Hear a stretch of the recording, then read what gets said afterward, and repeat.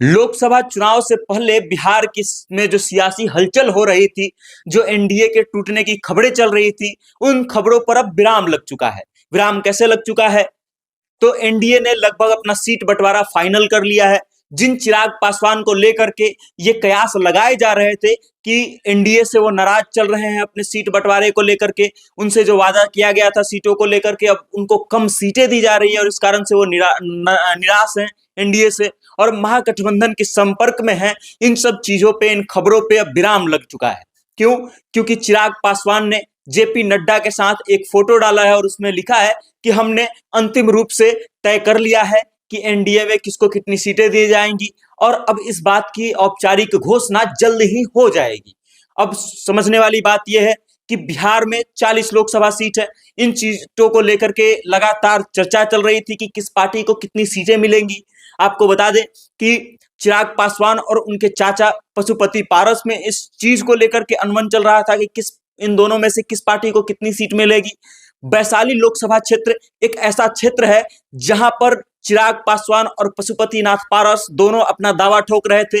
चिराग पासवान का मानना था कि ये उनके पिता का पारंपरिक सीट है और इस कारण से वहां से इन्हें चुनाव लड़ना चाहिए, जबकि पशुपति नाथ पारस का मानना था कि वो उनके भाई का परंपरागत सीट है और इसलिए वो वहां से ही लड़ेंगे चाहे कुछ भी हो जाए। अब इन सब चीजों पे विराम लग चुका है। विराम कैसे लग चुका है? तो जब से ये फोटो आया है तब से मीडिया में इन चीजों पे चर्चा तेज हो गई है। लगभग एक तरह से मामला तय हो चुका है कि किस पार्टी को कितनी सीटें मिलेंगी और लगभग सार्वजनिक हो चुका है। बस औपचारिक घोषणा होने की देर है। अब आपको हम बताते हैं कि एनडीए में कौन सी पार्टी कितने सीटों पर चुनाव लड़ेगी। सबसे पहले भारतीय जनता पार्टी। बिहार के 40 सीटों में से भारतीय जनता पार्टी 17 लोकसभा सीटों पर स्वयं चुनाव लड़ेगी, खुद चुनाव लड़ेगी, जबकि 16 लोकसभा सीटों पर नीतीश कुमार की पार्टी जनता दल यूनाइटेड चुनाव लड़ेगी। अब सोचने वाली बात यह है कि जब तक सीटों को बंटवारा कर लेकर के आंकड़ा साफ नहीं हुआ था, तब तक इन सब चीजों पे बहुत ज्यादा खबरें चल रही थी कि इस बार भारतीय जनता पार्टी नीतीश कुमार को कम सीटें देगी, लोकसभा में इनको कम रखने का प्रयास किया जाएगा।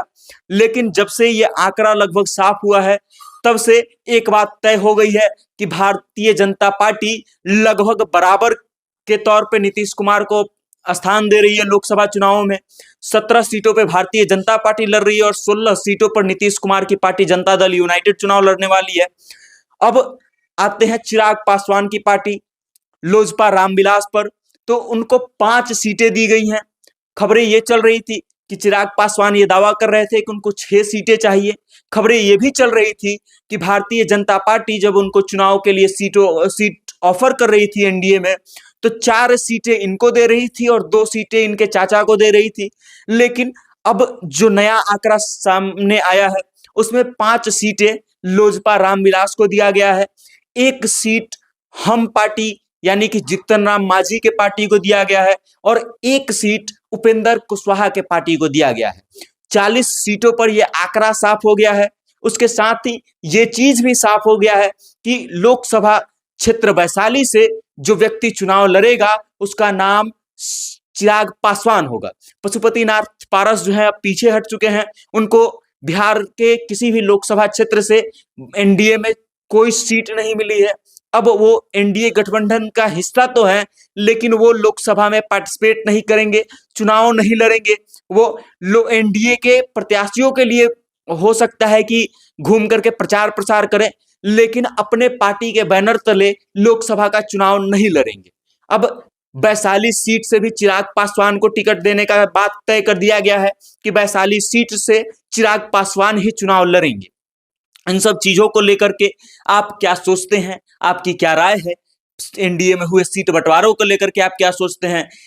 भारतीय जनता पार्टी को लेकर के क्या सोचते हैं? और चिराग पासवान को मिले इन सीटों को लेकर के आप क्या सोचते हैं? आपकी क्या राय है?